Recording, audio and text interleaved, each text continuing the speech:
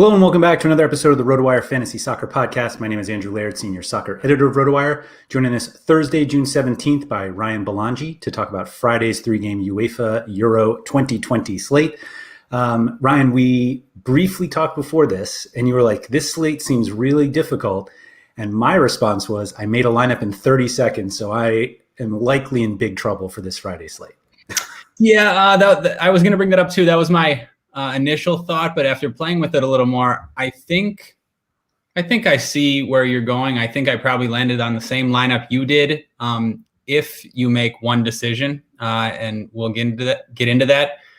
Maybe I'm wrong though. I think there are some tough decisions.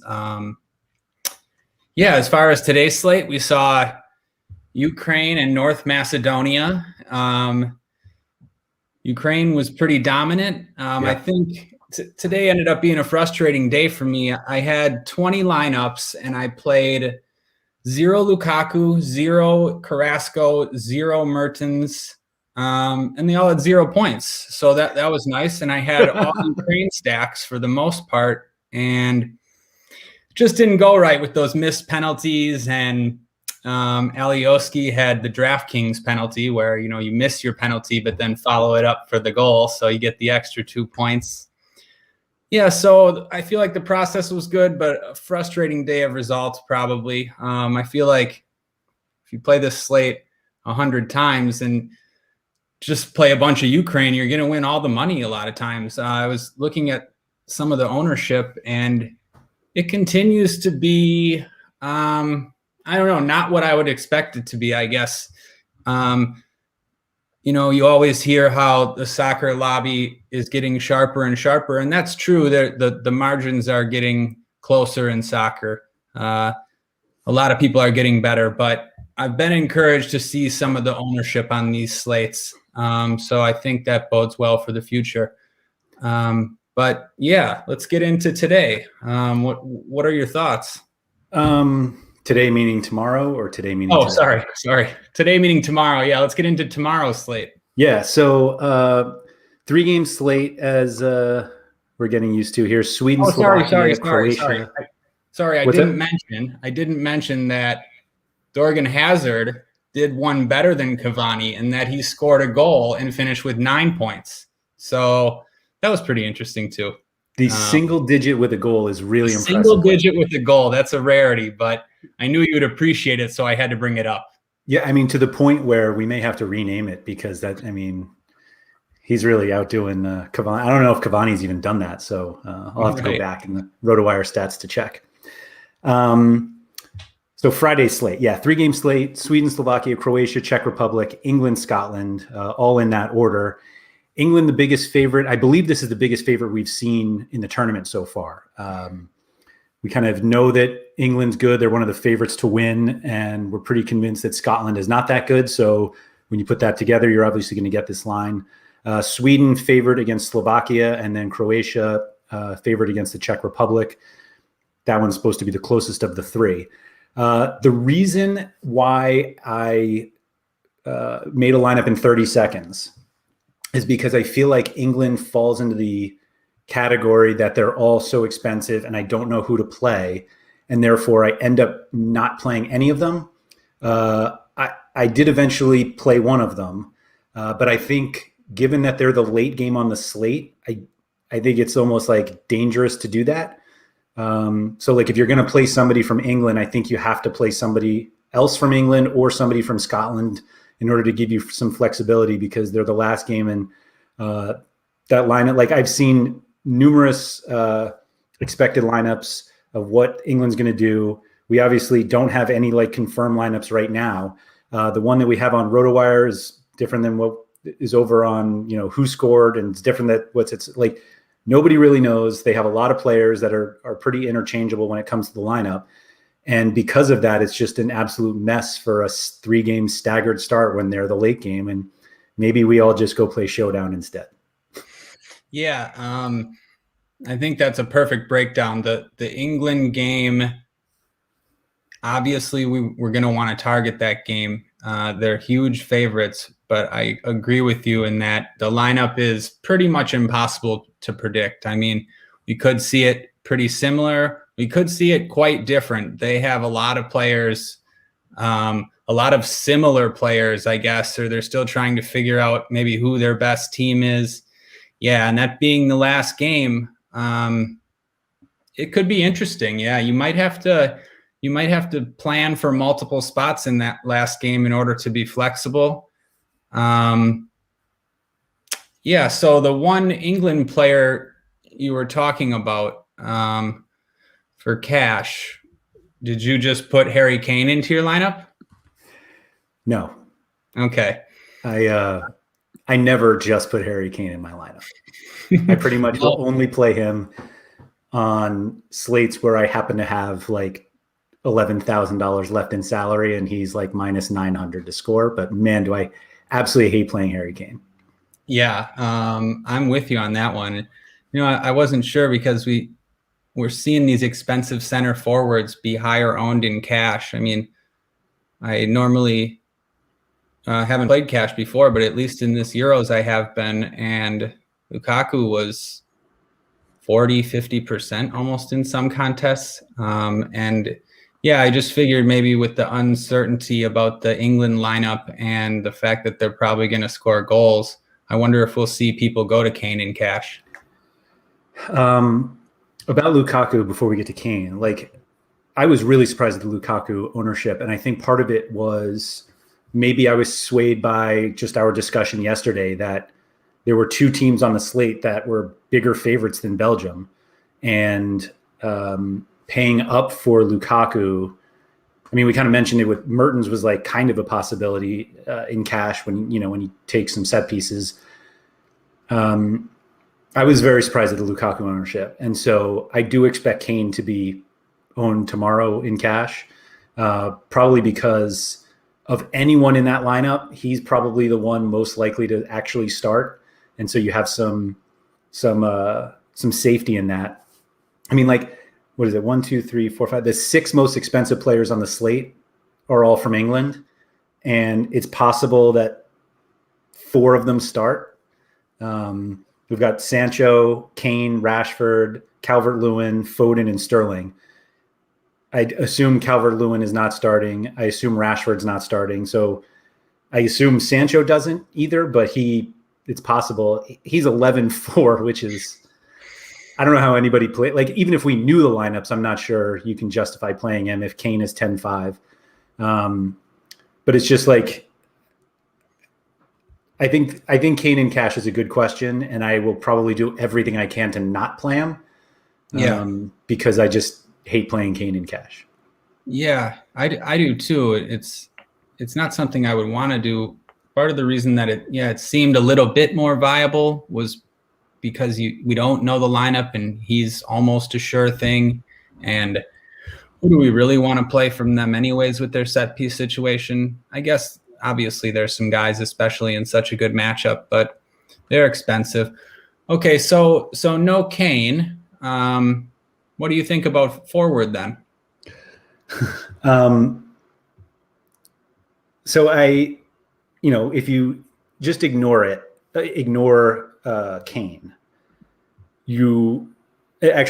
Kane is goal dependent anyway at that price. Like, there's no good like floor option on the slate except maybe Emil Forsberg, if we know he has some set pieces, and he took one in their first match. I almost feel like you want to throw that one out because we just didn't really learn enough about Sweden from that game. But if he's taking them, then at trying to see here, 7,900, I think it's fine. But I'll be honest, I was looking at Isaac also because he was cheap and he looked pretty good in that first match. Didn't score that well, didn't come close to playing 90, but at 5,700, I think he's reasonable. But Sweden is where I went next, at least. Yeah, Sweden is where I went next as well. I agree. I don't think we learned much about them against Spain. I don't remember what the exact numbers were, but they had a crazy low amount of possession. If I remember at one point, I saw the team stats from all the team's first games, and they had completed 98 passes. Wow. In the entire game. Yeah, that game was that game was something to watch. But anyways, yeah, Sweden is where I went to. I think seems like you can go to Forsberg. They're favorites. He should have some set pieces. He should get some peripherals. They should be the better team than Slovakia. I mean, it's not Sweden's not a great team, obviously, but it's nice that they're favorites in this situation for Forsberg. Isaac too, 5,700. Yeah, really cheap for the forward on a favorite. Definitely seems like you can go there. Not encouraging that he didn't go 90, like you said. Probably not the biggest deal. I mean, he's a goal and assist dependent forward. So you're kind of hoping for that anyways. The other guy I was looking at, a couple guys, but forward seems there isn't much at forward. What do you think about on the opposite side of that game, Robert Mack? I mean, Sweden is favored. They're not that great. Mack had a decent game against Poland, and we know he's not going to have a monopoly of set pieces or something. We kind of hinted that he might in that first game because we weren't sure if Perisic was going to start. But yeah, I think Mack at 6,800. What's that? Sorry, we weren't sure if Hamzik was going to start. Hamzik, sorry, yeah. I was looking at the screen and I saw Perisic's name. Yeah, I think he's fine. I think he's fine. Absolutely. I mean, the way you're talking about it, it sounds like you feel like similarly the way I do. You're not excited about it. It's not something you're excited about, and I'm not either. Yeah, he should have some set pieces. He's one of their creative players. We saw him score a nice goal that ended up being an own goal, but still looked like a lively player out there and one of their creative outlets. But yeah, you're not excited about him. So second forward then, there's not much in general to be excited about. So where are you looking? Harry Kane. Oh, I thought you said no. No, I'm just kidding. No, I think you can play. I think it's reasonable to play like Forsberg Mack.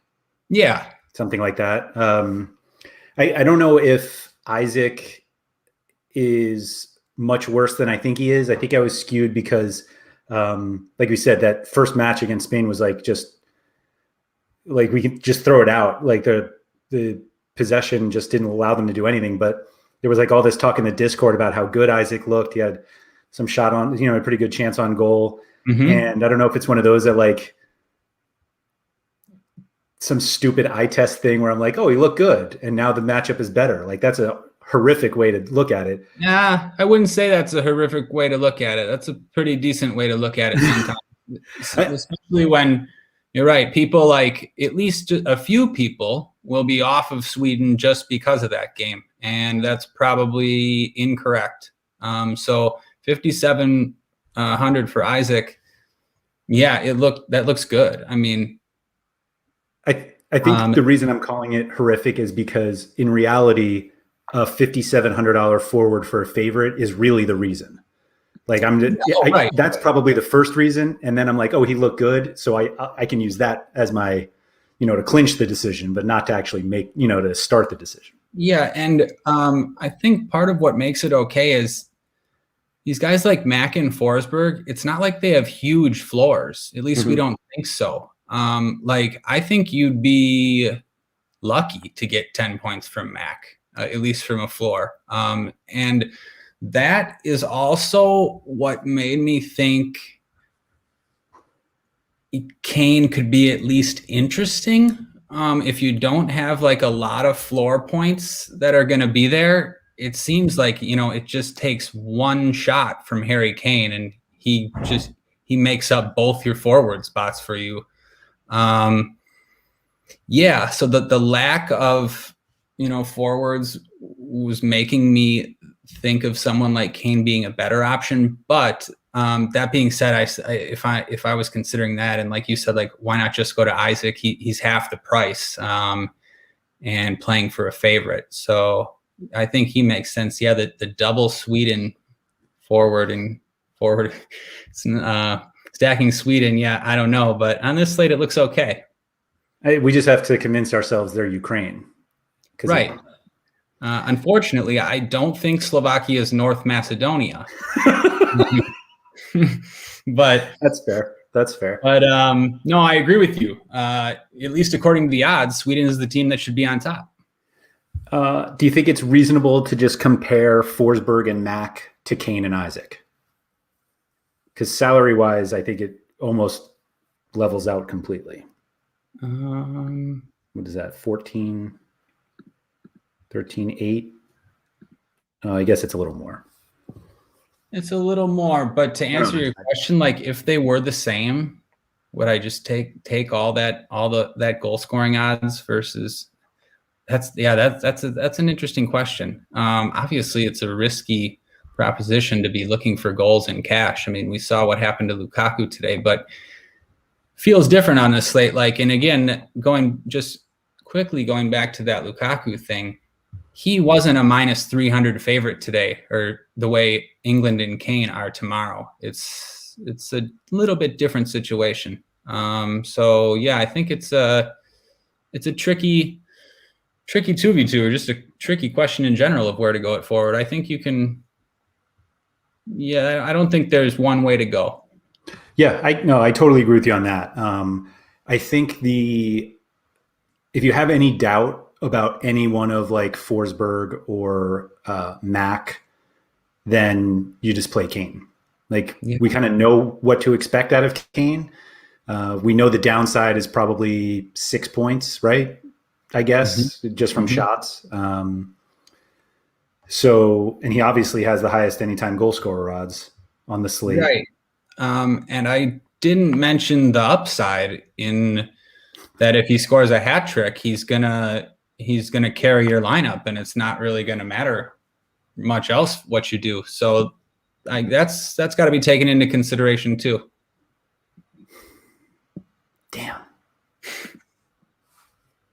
What are you thinking? I think you're right. I mean, obviously, if Kane hat tricks, you're dead. Like you're not making those goals up anywhere else. No.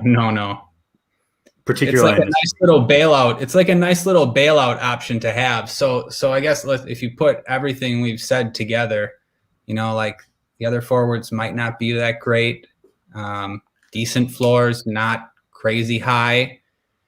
Kane might just be okay as it is on this slate, and he's even better because he comes with the bailout possibility of a brace or a hat trick. I think that's something. I'm not going to disagree with you. It's like bailout insurance, basically.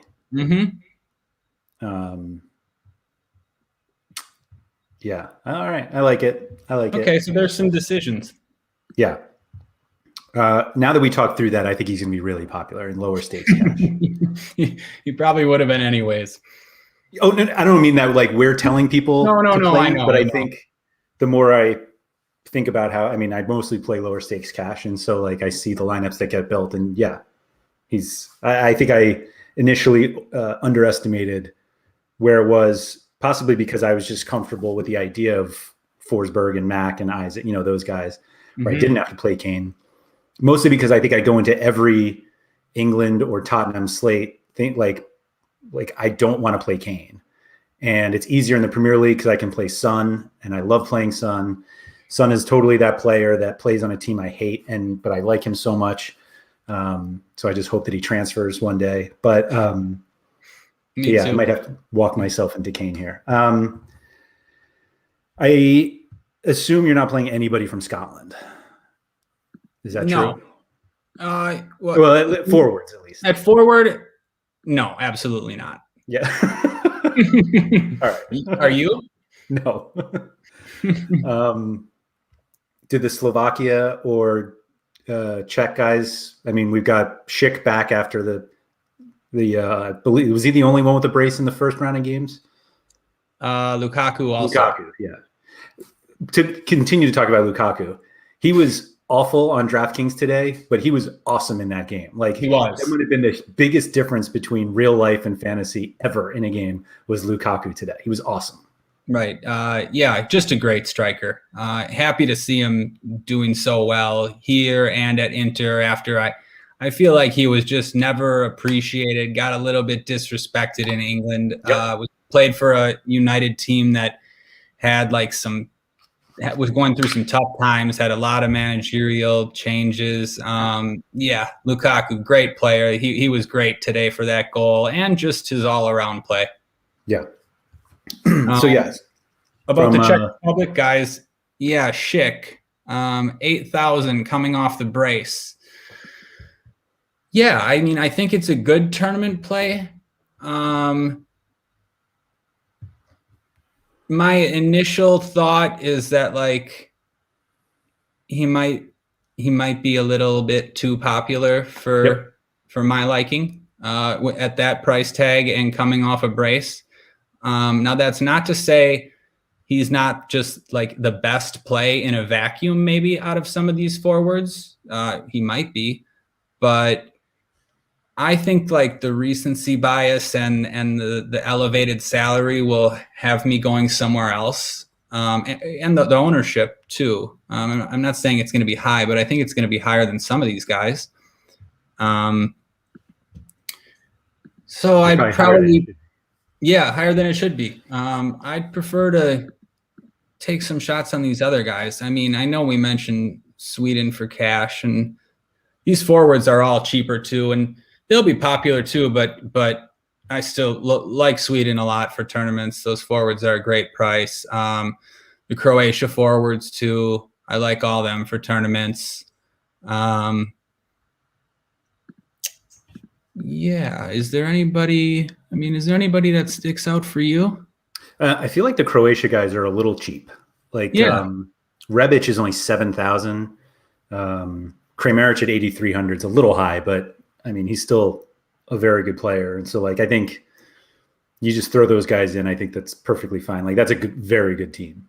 That's a good comparison. Yeah. So, like, let's just take Rebic. Rebic versus Patrick Schick. $1,000 price difference. Rebic is on the favorite team, right? And I just assume he's going to be less popular.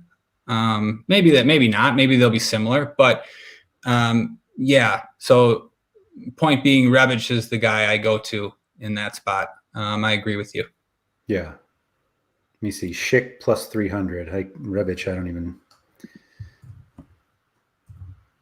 not even showing up. Wonderful. We'll just assume he's plus 100. Just as goal scoring odds. Same as Kane. Yeah, I'm sure they're fine. Yeah.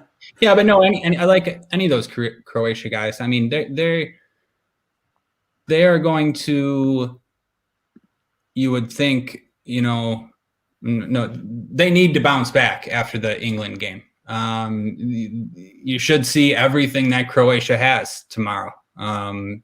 They need goals. They need to win. I like targeting teams coming off a loss like that. They're a favorite. The prices are good. Yeah, I'd prefer those Croatia forwards. Yeah, I have to imagine that they're less popular than England and Sweden. So that enough should be definitely for tournaments to go with them. Yeah. All right. So midfield. Speaking of Croatia, how long did it take to convince you that Modric should be back in the cash lineup? I mean, you're talking about the England game? Well, like after the England game, like we both played, I believe we both played Modric in that England game, and he was fine. He struggled to get there. Is that what you're saying? And then how quickly was I convinced when I saw this slate? Right. He's the first guy in, basically. I hope that's what you were getting at. Yes. Yeah. Just like we were just talking about with Croatia. Modric is their guy. They're favorite in this game. They'll have a lot more of the ball. He's not too expensive. If anything, he's a few $100 underpriced. Yeah. Yeah, I think you just, for cash especially, you just jam Modric in. Okay. So if we knew the lineups, do you think either one of like Mount or Grealish were better plays than Modric?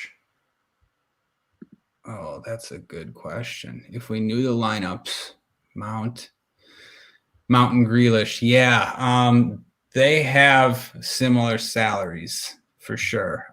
That would be a consideration. The goal scoring and attacking prospects for England are definitely better than Croatia. So,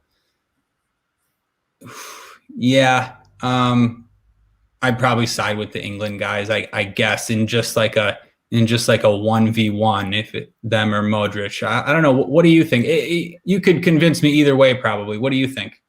I think the worst case scenario is you decide I am going to play either Mount or Grealish, whoever starts over Modric, and then both Mount and Grealish start. Like, I don't think split England set pieces are worth more than all of Croatia's. I agree. And I don't know if I don't think there is a reasonable path to a monopoly for anybody on England. I agree. So that's the consideration. Like, do you want some of the set pieces of the biggest favorite or all of them of the third biggest favorite on a 3-game slate? And I think Modric is just too important for Croatia, whereas not to call all the England guys interchangeable, but like we're talking about how the lineup could be so fluid. Not only are they interchangeable for the starting lineup, but like Mount could come on for Grealish, or, they have plenty of guys on the bench who could come on. And so it just accentuates, it just accentuates the fact that Kane is probably going 90. And if he's not, it's probably because they're up. And if they're up, then it's probably because of him. Yeah, agreed.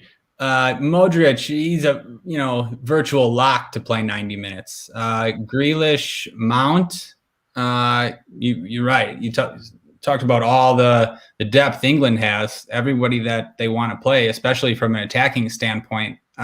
Those guys are pretty likely to get subbed. Could they play 90? Sure, but it seems pretty risky for cash when you got a guy like Luka Modric sitting there who's going to have all the set pieces, going to play 90 minutes. I mean, he just screams safe to me. Yeah. Yep. I think that's exactly right.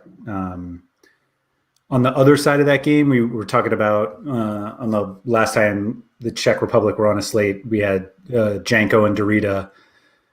They split like we were expecting them to.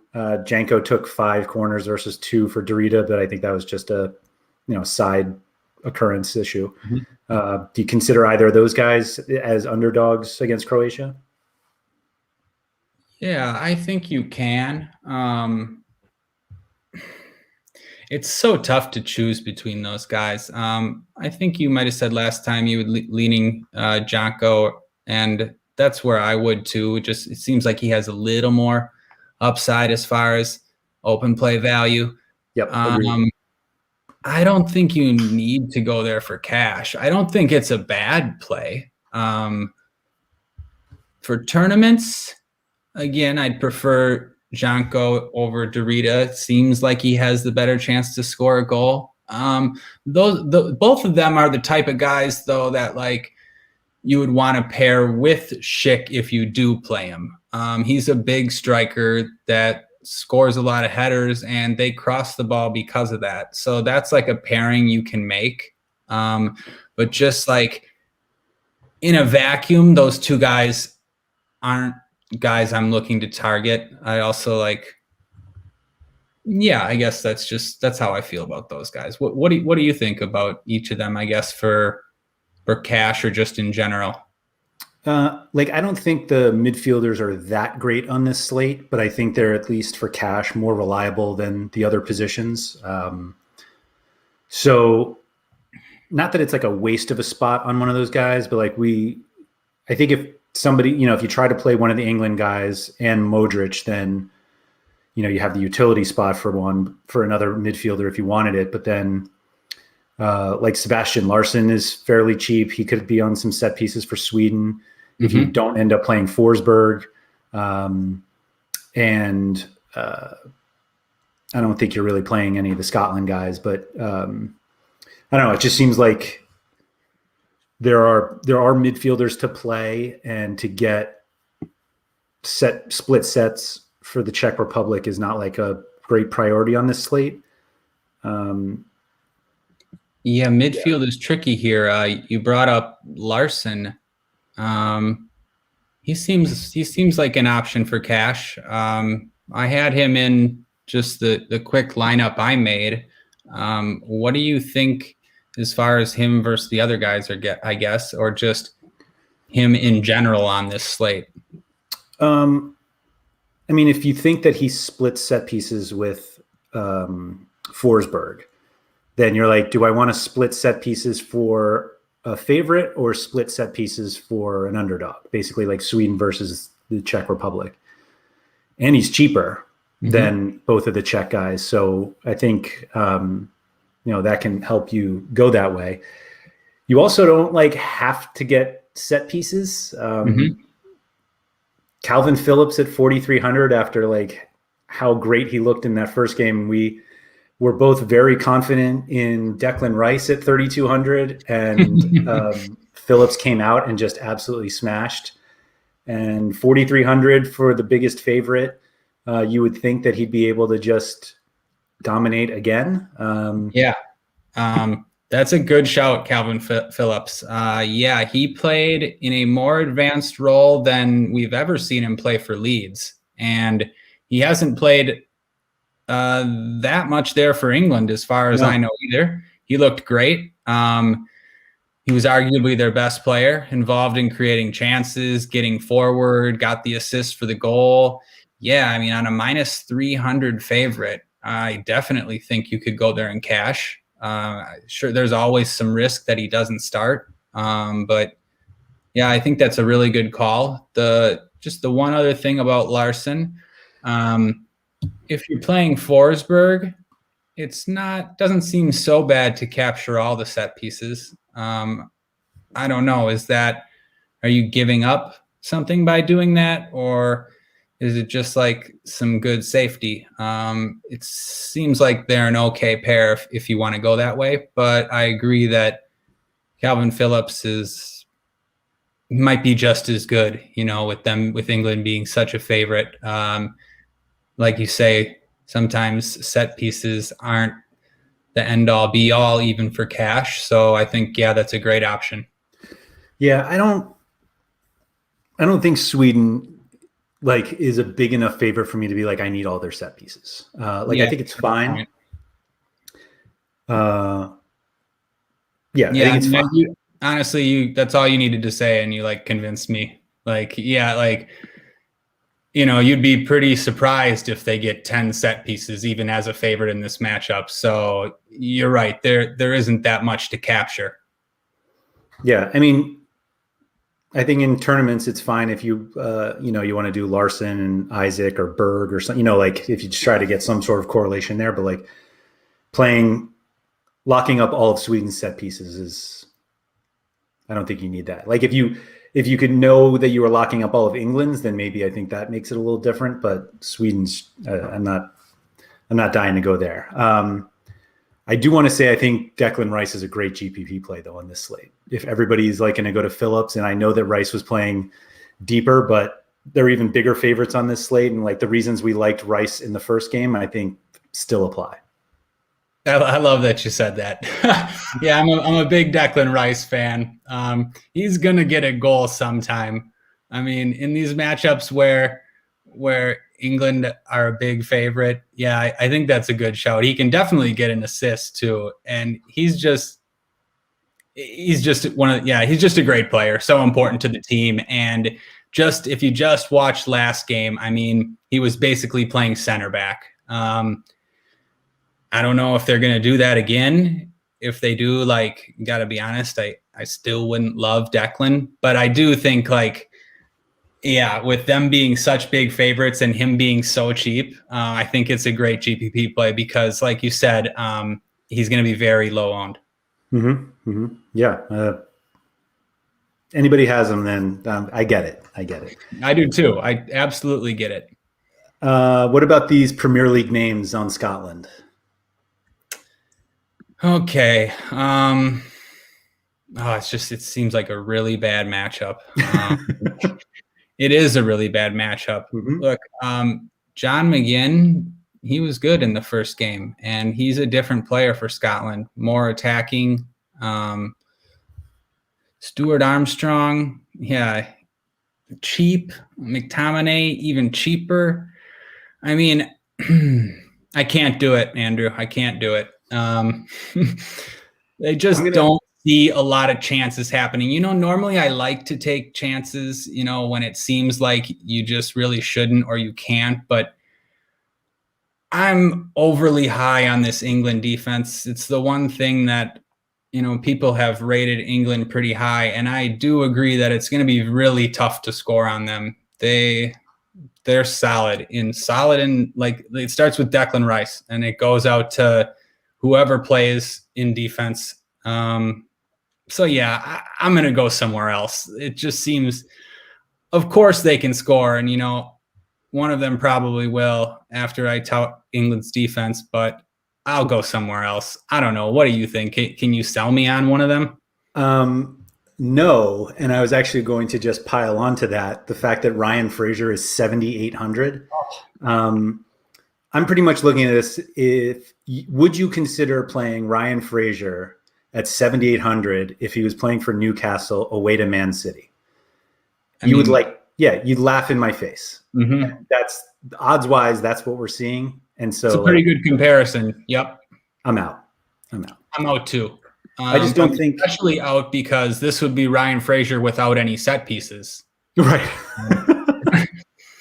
So this price is, McGinn is 5,300, and so I feel like that's at least a more reasonable price if you really want to take a shot. I don't think it's worth taking, but I get it. But the Fraser, all but guarantees the goal tomorrow, but. Right. That's a good point. Like, I guess in this situation, the guys I do take shots on are the guys who play 90 minutes and who are just for sure going to be there, like McGinn or like McTominay, who, McTominay is going to be in the box, for their 4 or 5 set pieces. We see him rip long shots once in a while. I mean, that's how Scotland's likely to score. So I take a chance there on the type of guys that we normally wouldn't take a chance on over like skill players who you want to see the ball and you want to create a lot of chances and so yeah, if you're going to take a shot, I like guys like that. Yeah, I just think on this slate, if you're trying to get different, just go to the Czech Republic or Slovakia. Like I just don't see Scotland doing enough. Like just to close this thought off, we've spent like a lot of time on these Scotland options now. I mean, it's very likely that I will not play anyone from Scotland, almost certain. So yeah, I think you should go somewhere else.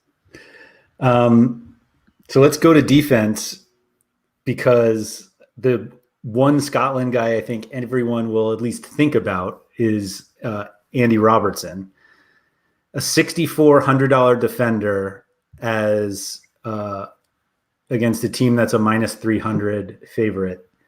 How much do you want to pay for Scotland set pieces? Oh, this is a tough question. Yeah.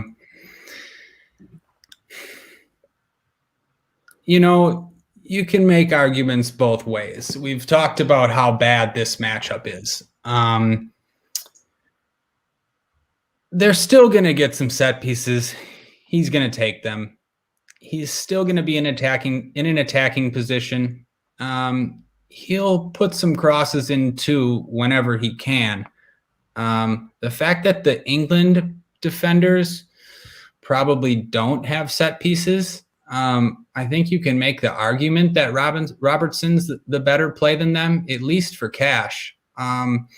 You're right. The price is high, way too high for the odds in this matchup. The defenders on this slate don't seem great.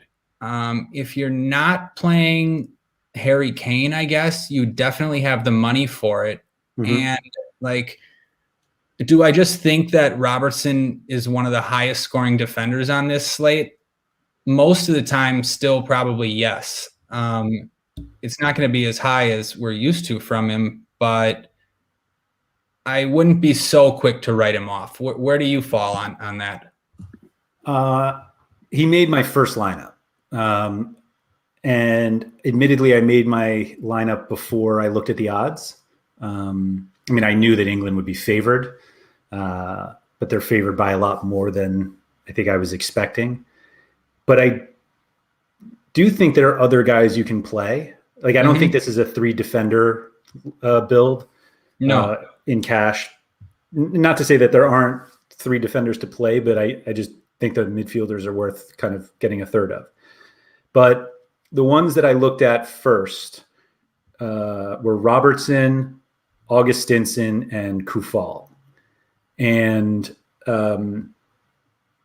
Augustinson, I think, might be a little based off experience in that, like, I've played him with set pieces, and internationally, like, he likes to cross, and he probably doesn't have set pieces in this one. But he's also like almost $1,000 cheaper than Robertson. And Kufal, I think, could be popular because he looked so good in the first matchup and even got an assist. So, he was attacking well for West Ham and did it again in the Czech first game for the Czech Republic. So I think he's worth looking at least. But I think those 3 are the ones that kind of stuck out at me at first. Okay. Yeah, I was looking at those 3 too at first. I decided I like somebody more, at least, than Kufal and Augustinson. I'm looking at Semi Vršalko, 4,700. I was off him before the England game, and he was one of their main creative outlets in that game. I mean, he's just looking to put in crosses all the time, and he was getting pretty far forward, farther than I expected in that England game. And, he's on one of the favorites, and he's also cheaper. So I think I would lean towards him out of those 3. Just back to, I mean, I'm interested to hear what you think about that, but back to Robertson, because I was just looking at some of these midfielders, like, for instance, the Czech guys, Dorita, Janko. Who's scoring more, them or Robertson? There's also one guy we could quickly mention because we didn't really in midfield is Marek Hamšík, playing against Sweden. He's the same price as those Czech Republic guys, and I think he's a similar option to them. I don't know. What do you think about all that? I didn't look at Hamšík enough. Maybe because I was just thinking I was more interested in Sweden. But that shouldn't mean that I don't look at Slovakia enough. No, that's okay. I mean, he's similar to those other guys. I mean, just more so, I guess, what do you think about the defenders, and what do you think about, I guess, Robertson relating to those midfielders? I think you're right that he, median outcome is around them, if not higher. We know he has everything, so it's like, it is half of the Czech Republic set pieces equal to all of Scotland's, and the way that they let Scotland play, it's through Robertson on that wing at least. Maybe he is. It's a conversation at least. Yeah. I guess to swing it back in favor of the midfielders, they likely have a better chance to score or assist tomorrow. And so that's always a good tiebreaker if you're really stuck. What do you think about Vršalko versus Kufal and Augustinson? I think he fits in with them. I mean, he's obviously favored in that matchup. Like Kufal is the underdog in that game. So you have that going for you. Yeah, I think playing Versalco and Modric is fine for cash, certainly. And like I said, like Augustinson is not, I don't think he's a great play. I think it was more just that like he has been a great player. And so maybe I'm skewed in that respect. It's just so like, it's so difficult to like get a read on Sweden after that first game. What I will say is just for the future, and I don't think it's going to happen tomorrow, but if we see sometime in this tournament Augustinson start and Forsberg not start, I would expect him to take half the sets, being that he's left-footed, and that's what he's done in the past. Yep, I think it's a great Again, call. don't envision that happening tomorrow, but just something to keep in mind. Yeah, we'll know that too. They're the first game, so we'll know if Forsberg is in or not.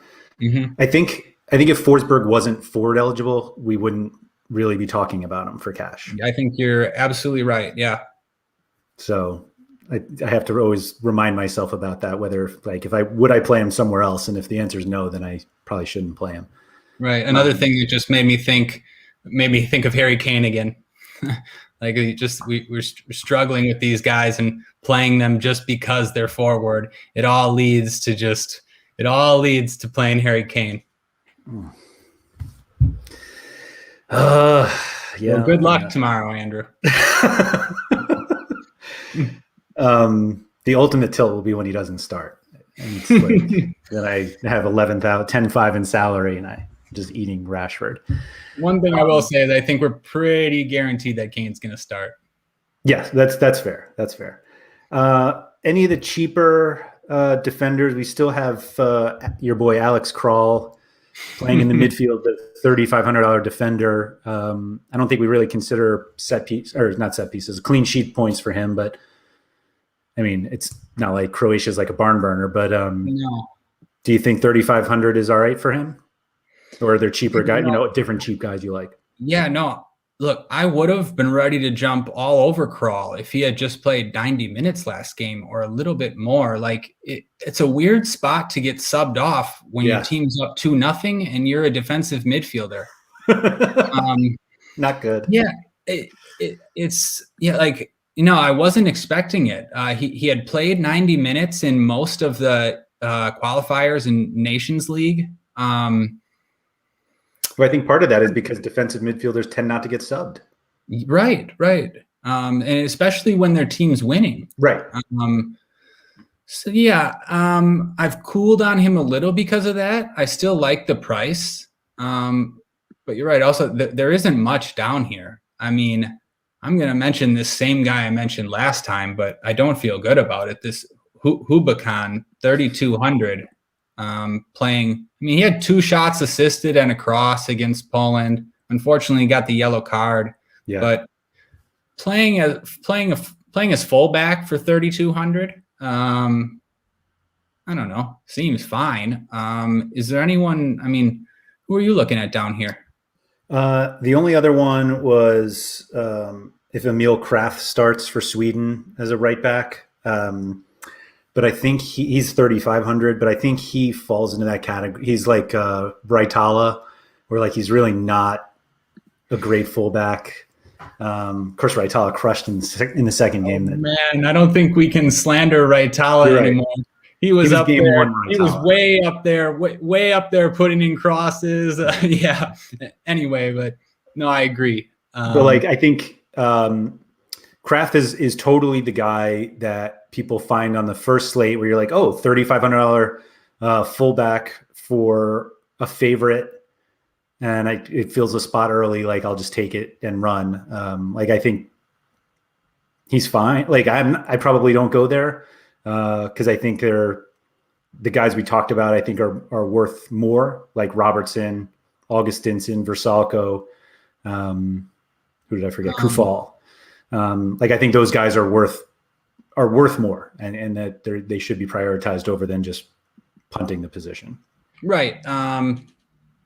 Yeah, I agree with everything you said, and I also agree that Kraft is a pretty decent option.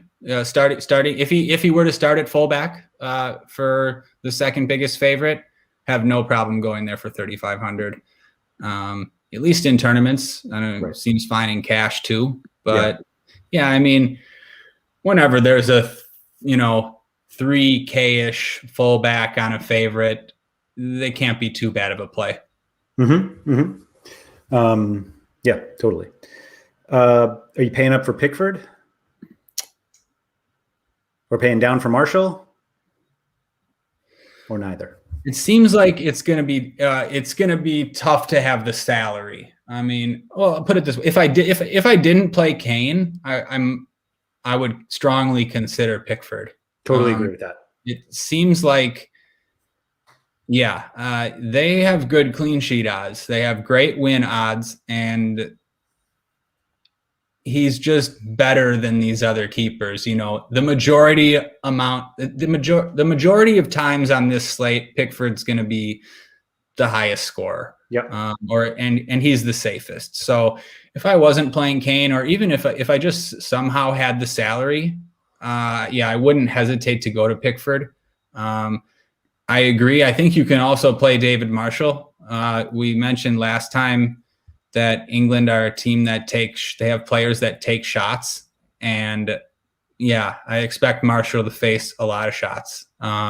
This could be one of those games where England win 3-0 and the goalie score the same amount of points. Yeah, we had that on today's slate. I think there were a number of people who would play Yarmolenko, Yaremchuk, and Dmitrievsky. And obviously the save penalty helped his score a little bit, but I'm pretty sure he outscored, I don't remember who the Ukraine starter was, but if the scores were if they weren't even, they were very, very close. And obviously there's probably like a $1,500 difference salary wise. So I wish I'd have done that. I made one of those mistakes where, because I was fading Belgium, I just thought that I had to play Casper. But it almost doesn't even correlate. It's almost like that can be too much of a stand sometimes. I should have switched up goalie a little bit more. Yeah, those other guys smashed, like you said. I don't know how to say his name, but the North Macedonia keeper, Ukraine scored goals, and he saved the penalty, and he's going to be the optimal keeper. So, we talk about it all the time with keeper, that sometimes there's no rhyme or reason. But I think there's arguments for paying all the way up or all the way down. Where do you fall on it? I was most likely to pay down, but I actually stayed away from Marshall. Because I think Kane scores 5 goals. It is such a slam dunk on this slate that you just don't want to play the keeper against him. Right, it's risky. You don't want you're right. You want to avoid -8 or something if you can. Yeah. Yep. I think either Dubravka or Vaklik could be popular, just because that game, neither of those games are going to be really high scoring, but the Croatia Czech Republic one is supposed to be the lowest scoring of the three. And so, Vaklik, I think the only issue is that game is more likely to be scoreless than for Vaklik to have 10 saves and a loss. But I didn't have any real stance on any goalie. I don't know if Olsen is really I think Slovakia is good enough that I don't think Olsen's much of a lock for 10 points. And obviously Pickford has everything going for him. So I think if you're paying up, I think you pay up for Pickford. Yep. I agree with all that. And I did the same when I was making lineups initially. I skipped over Marshall and was planning on Dubravka or Vaslik. So I agree. I think it's less risky, and those guys have they're similar to Olsen and Livkovic. I think you can get in trouble trying to play the expensive goalie or the more expensive goalie in those matchups when neither of the teams are that good. You know what I'm saying? Yep, absolutely. All right. Do we have anyone else? I think we touched on everyone I wanted to hit on. Just Harry Kane.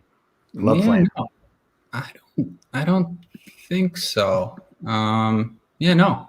Cool. All right. If anybody has any follow-up questions for Ryan or me, you can find us in the RotoWire Discord, which is open for all subscribers. Just go to rotowire.com/chat to get in there. If you're not a subscriber and would like to try the site out for free for 10 days, just go to rotowire.com/soccer trial. Gets you access to all the sports we cover, as well as that Discord chat. If you're watching this on YouTube, if you could please hit the like button below if you've enjoyed it. Feel free to leave some comments as well, or hit that bell to get reminded when these new videos pop up. And if you're listening to the audio version of this podcast, if you could please rate and review it wherever you listen. Ryan, thank you for that, and good luck on Friday. Thanks, Andrew. Good luck, everybody.